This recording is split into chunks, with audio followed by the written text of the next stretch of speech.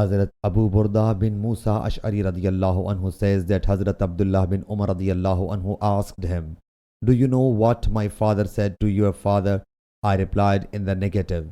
He said that his father said to my father, "O Abu Musa, don't it please you that we embraced Islam in presence of Allah's Apostle sallallahu alaihi wasallam, emigrated with him, participated in the holy war along with him, and all the good deeds we performed in his presence may stand rewardable, and all the good deeds we did after him may be counterbalanced. We may not get any reward or punishment." Whereupon your father said to my father, "By Allah Jalla Jalaluhu, it must not be so, for we participated in jihad after Allah's Apostle sallallahu alaihi wasallam, performed prayer, observed fasts, performed many a good deed, and a lot of people embraced Islam at our hands. So we hope for its reward."